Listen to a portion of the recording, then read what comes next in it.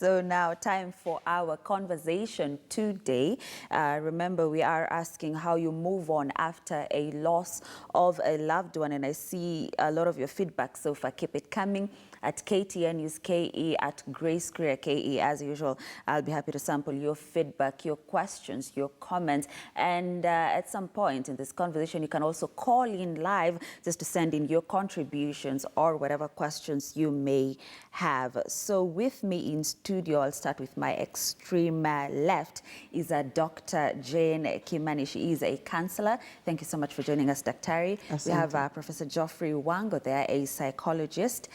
We have Louisa Echesa and Eva Mwangi, who for the purpose of our conversation today will be sharing their experiences with us in as far as losing a loved one is concerned. Thank you so much for joining me today. Thank you. Eva, I want to start with you because I want you to tell us what you went through in as far as losing your father is concerned, Eva.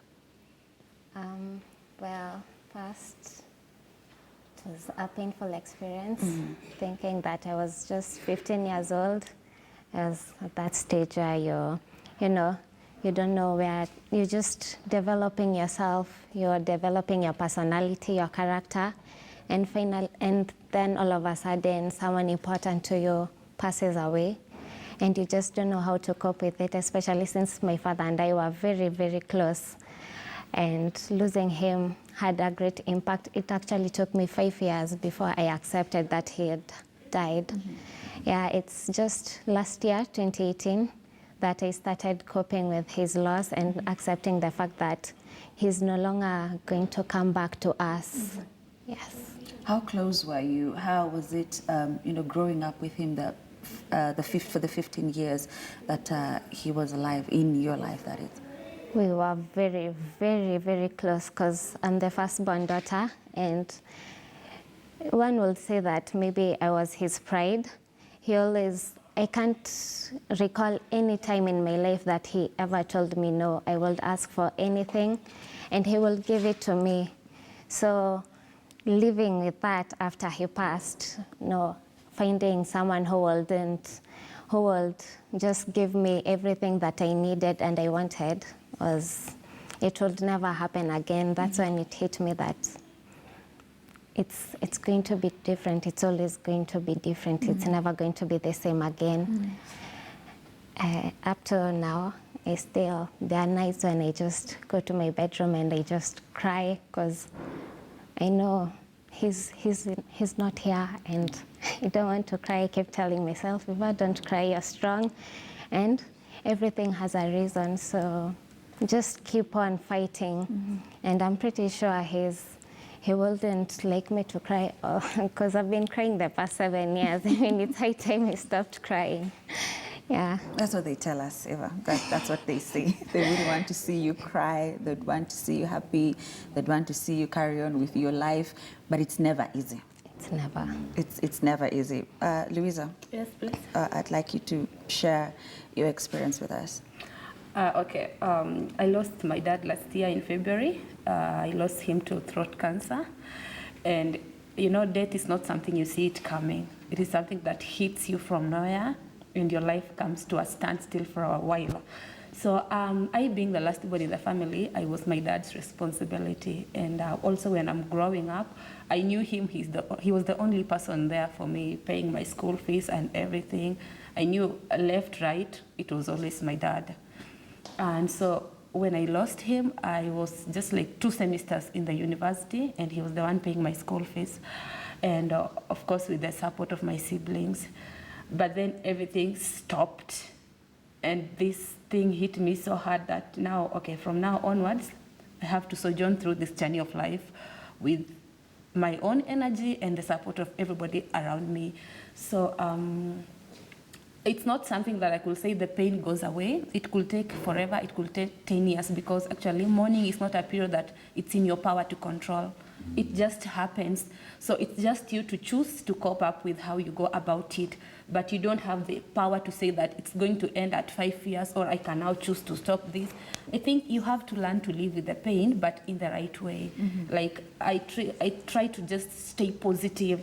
With every other thing hitting me right and left, I say, you know what, at the end of the day, it's me and life has to go on. Yeah. You have to learn how to live with Exactly. it, unfortunately, but it's the truth. It's the truth. Luisa, I want to stick with you a little because after losing your father last year, you did lose more loved ones. I did. Could you take us through that? Okay, so after losing my dad in February, just a week later, my brother-in-law got shot also here in Nairobi, accidentally. And so we buried. And at that time, I was living alone. So I went back to my place. And again, the girl next door got killed by the boyfriend. And she was just my age mate. Also, she was in this NIBS Institute in town. And a month later, another young man jumped from 6th floor of the same building and committed suicide. All these people, I knew them. So the mind, it kept on revolving in my mind, like what is going on? I felt like death was actually rotating around me. In September, the same year last year, my sister-in-law, again my age mate, she had graduated from Utalii College. And she was expecting her first child. And when they were traveling, again, she perished in a road accident with her younger sister again. So I became disturbed because we were so close. Being the last born, I felt like we were close like sisters. I had finally found a sister. And then I felt like, whoa, this is too much. What do I do? And I came back to the university. That semester, I didn't perform so well. I was going through a number of issues. And just when this year was becoming, I said to myself, 2019, I feel like it's going to be great. But I didn't know I'm not in charge of time or how life is going to treat me.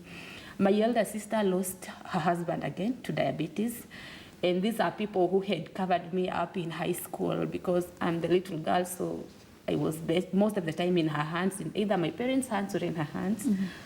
And then again we buried, and then a week later, and then my grandmom again passed. So the pain was there until to the extent I felt like I was becoming a little bit solid, immune. Not that the pain is not there, but I feel like when I hear someone has died, a classmate has died, something has happened, I feel like, okay, this is just part of life. It didn't get me by surprise because I had seen all these things. It was now like a vicious circle that was like normalized in my own way. I was coming to cope with it, adding one thing from the other to the next, and I felt like I could not answer anything. But then I felt like, and we know a lot of questions mounting up in your head, but then there is no one to answer them because there is no one saw it coming. So it was a bit heavy, but for some reason, my church members did help me a lot. So I could say that religion has a very silent impact on someone when you're going through that mourning season. I remember I was counseled in the church by these church elders, and then my Bible study members, and everybody was with me, and I didn't mention about an extended family because they're not there for us. It was I, my siblings, my mom, and on the other side, I fought on my own in Nairobi. I had to look for a way on my own because everybody assumes you are okay, but you are not okay, and you cannot tell it to anybody. So I sat down and said, at some point, I started avoiding people. I felt like somebody coming close to me, what if it goes back to what happened? I lose them, and then the same pain comes back. So I started avoiding people. Like, I didn't find cutting off people being a problem. I felt at peace when people are not there, even close friends, until I remained like just with one best friend whom I have up to now. But now going to the church and feeling, a little bit motivated, it also again restored me back to being a human again. And so it's been a journey whereby today you feel and the world is amazing. You wake up and the world is amazing. And tomorrow you don't know how you're going to feel. You wake up and you feel like, what if I could give my dad a call today? What if he will be here? Or sometimes I used to go to school and I feel like, okay, now this one I could only reason out with my father. or maybe this one I could only talk to Liz, the other lady who passed, or this one could be everyone who passed on. I feel like if they were present, everybody had a role to play in my life. This one I could talk to this one would be like this one, and this one would be like, so there is that aspect of recalling and recalling, but again, you wake up to reality like, they're no more. Dr. Jane and Dr. Wango, I'd like you to respond to this too, especially Louisa here, because she talks about a situation where she found herself almost numb. You know, this series of losses has become too much, that it has become like a normal way of life, you know, and Louisa also speaks of cutting off people from her life. But even before I get to you, Louisa, Eva, thank you for coming. Thank you for sharing this, because it's never easy. And like I mentioned, I did tell you before we had this conversation, I'm in a similar, you know, place with you guys. I also lost my dad 3 years ago, and it's never easy. Exactly. You know, Eva here was talking of mourning her dad for 7 years, and to date, you know, you'll just go back to the house and you'll cry. It happens, you know. So thank you. I really do appreciate. Doc, I want to start with you. Just react particularly to Louisa's sentiments here of how she grew numb, how she would cut off people following that series of losses. First of all, thank you very much. One of the things I like is this aspect coming out in the media, because I really want to congratulate Ifa and you for the courage to go live on this and even to discuss about your issues. It's really very hurting when someone loses someone. It can be very difficult, and actually it can be very difficult to adjust. It is, if I don't want to use the word impossible, because the first problem we have in our society is we don't discuss aspects like death. Despite there's so many studies on death, on loss and death and bereavement, we tend to stay away from it, and with a lot of repercussions. The other thing is, death is an aspect that is part of our lives. Loss, death, and bereavement are part of our lives, but we don't discuss them. The second thing is the different effects that death has on different people. Like we differentiate between children who are very young and teenagers. If you notice carefully, if I was about 15 years, it was last year, so she must have been 25. About in her 20s. Yeah. And then, incidentally, you have also lost your dad. I lost my dad when I was doing my PhD. So, and I still miss my dad. But the thing is, it has different effects. Like the children mostly we pay a lot of attention to children. The people who are most affected by death are teenagers. It's something that has been so much studied because of two aspects. One, they are not children, so nobody really concentrates a lot on them. The second thing is they are not adults. Okay, let me call them real adults. So they are sort of young adults and they are teenagers or adolescents. So they are left out there like they will somehow cope. And that is what the two girls really find themselves in. And that's why you notice Ifa is like she's the firstborn. Somehow life is supposed to go on. And that's why it has a lot of bad effects with due respect. And that's why we are saying we need to bring in counseling. The other time when we were having a discussion, we were saying how many people should we bring in? We need the counselors, we need the parents, the relatives, we need the pastors, we need the social support mechanisms. And the media. But the effect of HSR is serious. Because what happens when you lose something, the mind sort of reaches out that I will lose it if I pick it up. And that's why she sort of feels that I don't want to be close to anyone because I don't want to lose it. But otherwise, they are very brave girls. They are.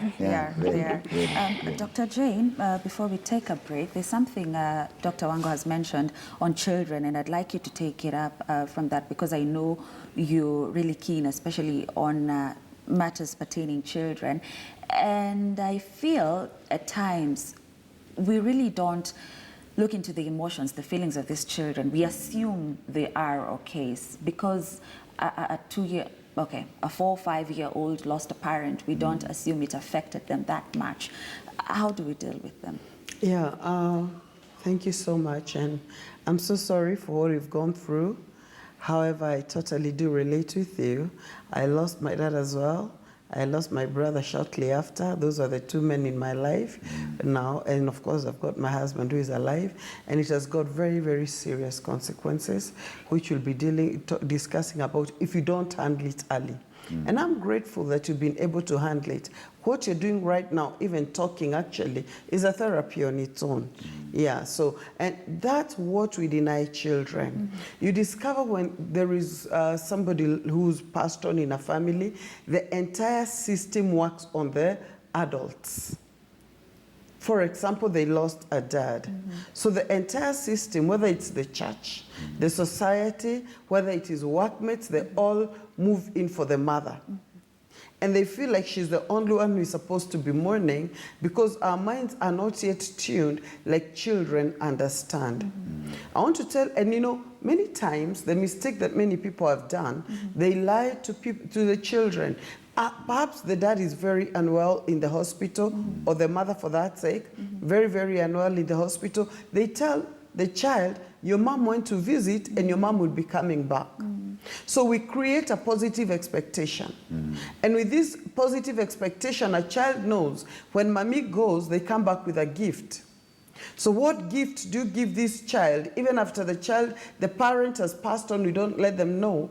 The only gift they see is their mom or their dad going down to the grave, to the ground, being swallowed by the ground. They were never prepared that this parent went to the hospital, was very critically ill. You discussed it among adults. They were psychologically prepared.